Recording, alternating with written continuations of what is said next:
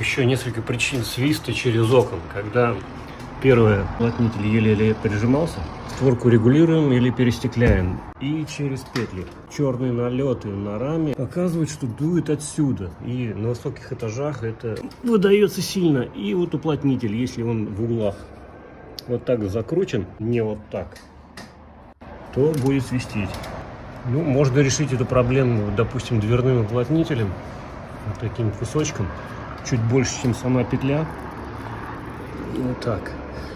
И желательно, чтобы он был миллиметра 2, не больше. Место приклеивания обезжириваем. Наклеивается вот сюда на раму. Чик.